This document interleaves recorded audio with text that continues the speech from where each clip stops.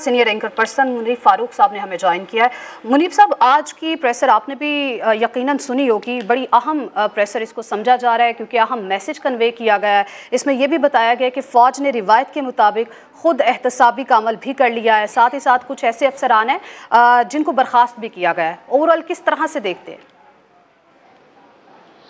बहुत शुक्रिया। देखिए, मेरे ख्याल में इस प्रेस ब्रीफिंग की या प्रेस कॉन्फ्रेंस की अहमियत वाक़ईतन बहुत ज़्यादा है और शायद ये अगर कोई इबाम मौजूद था तो उसको दूर करने के लिए ये प्रेस कॉन्फ्रेंस की गई है और इससे बहुत सारे पैगामात भी बहुत से लोगों को या बहुत से अहम जो मुख्तलिफ मनसब के ऊपर लोग बैठे हैं उनको भी पहुँचाए गए हैं।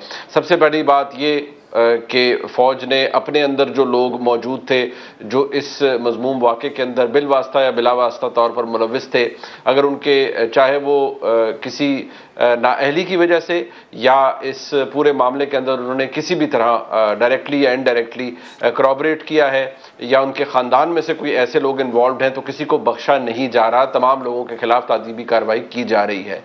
102 लोगों का जिनका जिक्र किया गया है, आज उनका जिक्र करना और ये कहना कि किसी को छोड़ा नहीं जाएगा जो भी इस 9 मई के 7 दिन के तमाम तर मामलात के अंदर इन्वॉल्व है, वो बड़ा इंडिकेटिव है और बड़ा सजेस्टिव है।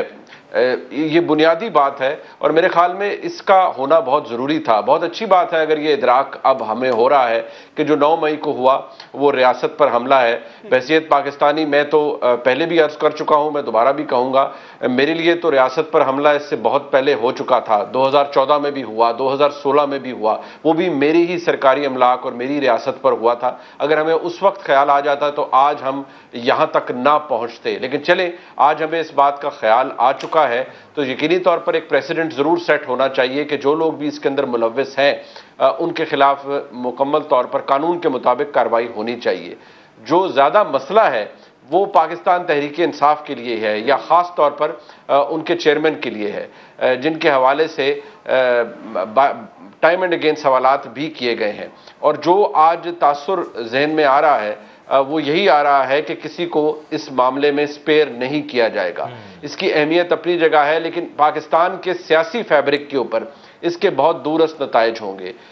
किसी भी फॉर्मर प्राइम मिनिस्टर को अगर वो इस किस्म के वाक़यात के अंदर इन्वॉल्व हैं, जो कि DGISPR की प्रेस ब्रीफिंग से लग रहा है कि जब वो ये कहते हैं कि इसकी प्लानिंग पिछले 6 महीने से की गई और ये एक पूरा माहौल बनाया गया, इस्तराब में लोगों को डाला गया, तो ये बगैर किसी प्लानिंग के तो हुआ नहीं है। और अगर वो ये कह रहे हैं कि प्लानिंग हुई तो प्लानिंग तो फिर एट द हाईएस्ट लेवल हुई होगी। ये तो नहीं हो सकता कि तहरीक इंसाफ के अंदर मौजूद एक सेकंड ईयर या थर्ड ईयर के ऊपर जो लोग बैठे हैं उन्होंने ये प्लानिंग कर ली हो। यकीनी तौर पर तहरीक इंसाफ की जो आला क़यादत है वो इसके अंदर बिल वास्ता या बिला वास्ता तौर पर इन्वॉल्व थी, और अगर थी और ऐसे शवाहिद हैं और इररिफ्यूटेबल एविडेंस है तो फिर लगता यही है कि उनके खिलाफ भी ये कार्रवाई होगी।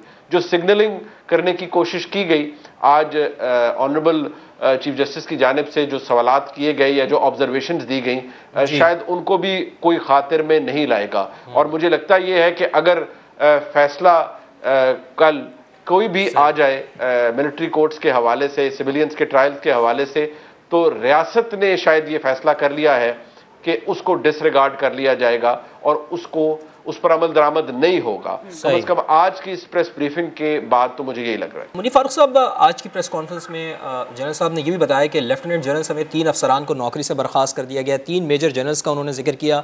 7 ब्रिगेडियर्स के खिलाफ तादीबी कार्रवाई भी हो चुकी है और एक रिटायर्ड फौजी स्टार जनरल की नवासी एहतसाबी अमल से गुजर रहे हैं। दूसरे रिटायर्ड 4 स्टार जनरल का दामाद भी एहतसाबी अमल से गुजर रहा है। तो लाइन बड़ी वाज़ेह दे दी है अफवाज पाकिस्तान के तर्जुमान ने, चाहे कोई भी हो, किस लेवल का भी हो, लेकिन बख्शा किसी को नहीं जाएगा। देखिए, ये बात जिसकी तरफ इशारा कुछ देर पहले नदीम मलिक साहब ने भी किया और फिर तलत हुसैन साहब ने भी उसको उठाया। देखिए, ये इंडिकेटिव है इस बात की कि एक प्रोसेस होता है जिसे हम एक कूलिंग ऑफ का पीरियड होता है कि किसी जगह अगर आग लग जाए तो फिर एक कूलिंग ऑफ का पीरियड शुरू होता है कि आप आग को बुझाते हैं। उसके बाद फिर आप रिकंस्ट्रक्शन के अंदर जाते हैं या किसी जगह को रिफर्बिश करते हैं, उसको रेनोवेट करने की कोशिश करते हैं। यहाँ जो पूरा नैरेटिव है, शायद अब उसको रेनोवेट करने की कोशिश की जा रही है। एक ऐसा डिस्कोर्स जो कि पिछले 5 से 7 सालों के अंदर इफेक्टिवली चलाया गया, जिसके अंदर ये सोशल मीडिया ब्रिगेड भी एक तैयार की गई, जिसके अंदर यूट्यूबर्स भी तैयार किए गए, जिन्होंने अंधी तकलीद की एक ऐसी बयानिए की जिसका कोई सर पैर नहीं था, और बहुत सारा नफरत भी उनकी वजह से फैली हमारे मुल्क के अंदर, क्योंकि अनरेगुलेटेड था, अनसुपरवाइज था, लिहाजा उनको अनलीश किया गया। और उन बहुत से लोगों को पैट्रनेज भी हासिल थी, बहुत से आम लोगों की और बहुत से आम इदारों की। तो मैं ये समझता हूं कि अब शायद उस कोर्स करेक्शन हो रही है। मैं बतौर पाकिस्तानी तो ये उम्मीद करता हूं कि एक कोर्स करेक्शन फॉर गुड हो और इसके बाद हम कोई नए तजर्बात ना करें।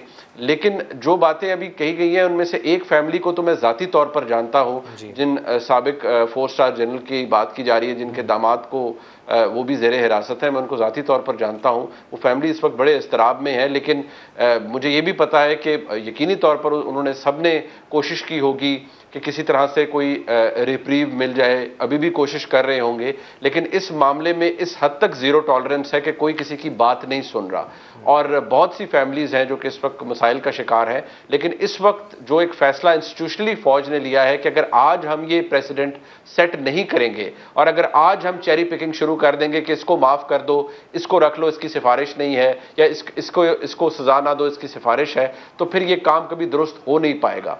फौज के अंदर अब ये बात बावर करा दी गई है कि कोई भी अगर इस पूरे मामले के अंदर इन्वॉल्व था तो उसको माफ नहीं किया जाएगा। लेकिन ये याद रखिए, ये पाकिस्तान के इदारे और ख़ास तौर पर फौज के बाद आर्मी चीफ की अपॉइंटमेंट के बाद, नए आर्मी चीफ की अपॉइंटमेंट के बाद, ये सेकेंड अटैम्प्ट थी। एक काम वो हुआ जिसके अंदर पीटीआई चेयरमैन शामिल थे, जो कि पिछले साल के आखिर में हुआ, वो सबको पता है वो क्या हुआ।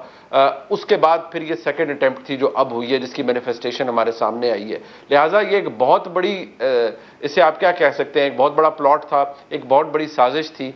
लेकिन शुक्र है खुदा का कि ये चीज़ बेनकाब हो गई और उस तरह से सामने नहीं आई। लेकिन दुनिया में जग हसाई हमारी ज़रूर हुई, फौजी तनसीबात के ऊपर हमला हुआ। लेकिन आज हमें ये सोचने की ज़रूरत है कि हमने किसी को यहाँ तक पहुँचने क्यों दिया, हमने किसी को इतनी कैपेसिटी कैपेबिलिटी क्यों दी, हमने किसी को इस तरह से क्रिएट क्यों करवाया, हमने प्रोजेक्ट्स करने कब बंद करने हैं बहसियत कौम, बहसियत रियासत, और हम कब ये तमाम मामलात नेचुरल डिस्कोर्स के ऊपर छोड़ देंगे। अगर ये काम हम करना शुरू कर देंगे तो वो सही मानों में कोर्स करेक्शन होगी। अगर हमने यही काम दोबारा रिपीट करना है अगले 4 साल 5 साल के बाद, तो फिर मेरे ख्याल में हम अपनी गलतियों से कुछ नहीं सीखेंगे। ठीक। DGISPR major general Ahmed Sharif Chaudhary.